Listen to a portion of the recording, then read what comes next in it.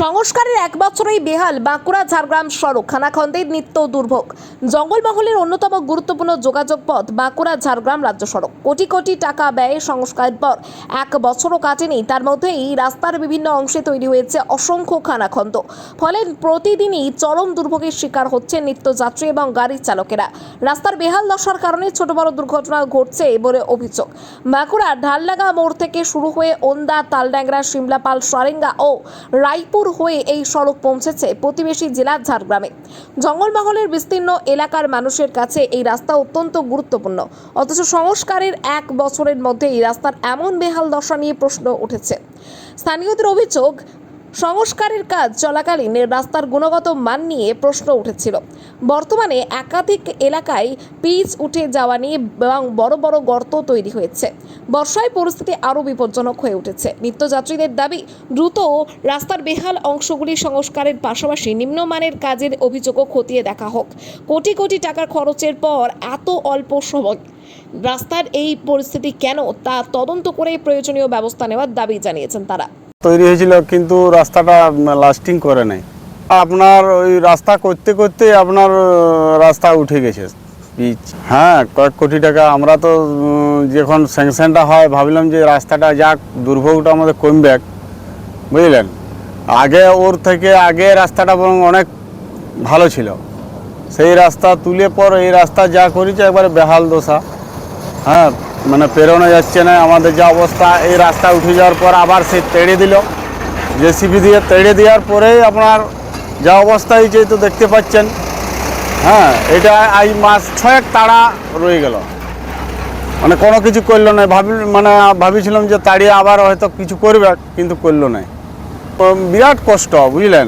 মানে এই যেতে হয়, এখানে আমার ব্যবসা আছে। হ্যাঁ, ওপর থেকেই যা করেছে আর কি, বুঝলেন।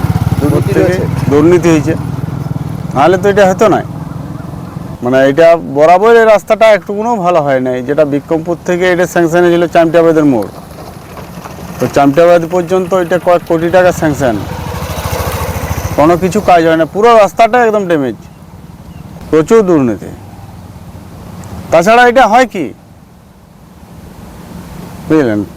রাস্তার অবস্থা খুব বেহাল অবস্থা। আজ 2 মাস আগে রাস্তা এই পিচটা তেড়ে দিয়েছে। হ্যাঁ, তারপর কিছুদিন আগে মানে যে একটা না আপনার ওই নিম্নচাপগুলো বৃষ্টি গেল, 1 হাঁটু করে জল দাঁড়িয়ে গেছিলো। সে মানে যাতায়াতের খুবই অসুবিধা হচ্ছিল। তারপর দিন কয়েক আগে ওই গুঁড়া পাথরগুলা দিয়ে আর কি, হ্যাঁ, ডাম্পার দিয়ে একটু লেভেল করেছে। এখন মানে সময় হবে, ধরুন একটা এমার্জেন্সি রুগী আমাকে বাঁকুড়া মেডিকেল নিয়ে যেতে হবে। হ্যাঁ, সেই সময়ে এবার কীভাবে আমি যাব এটা দিয়ে, কিংবা কোনো একটা ডেলিভারি পেশেন্ট নিয়ে যাব। হ্যাঁ, ভরা একদম 100% দুর্নীতি হয়েছে একদম। প্রতিবাদ মানে করতে গেলেও সে ওরা মানে কোনো কর্ণপাত করছে না। হ্যাঁ, সেরকমভাবে হ্যাঁ হবে হবে এরকমভাবে আমাদেরকে মানে আশ্বাস দিয়ে রেখে দিচ্ছে।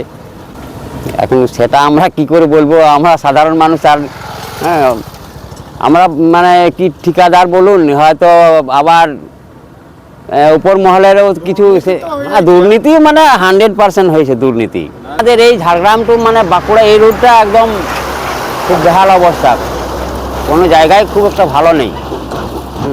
চালানোই যাচ্ছে না, মানে ভাই কি করবেন, চালাতেই হচ্ছে। মানে রোডে এমন অবস্থা, গাড়ি মানে যে কোনো টাইম বিপদ হতে পারে, কিছু করার নেই। একই অবস্থা আপনার তো ইয়ার থেকে একটু না তবু সুবিধা আছে, কিন্তু ওই ধারটা তো একেবারে চলে গেছে। তো রাস্তা হ্যাঁ ক্ষয়ক্ষতি, মানে গাড়ি পাতে ভাঙছে, ভাঙছে। দেখুন না, একটা বাস ঢুকে আছে ওই জঙ্গলে, রতনপুরের জঙ্গল।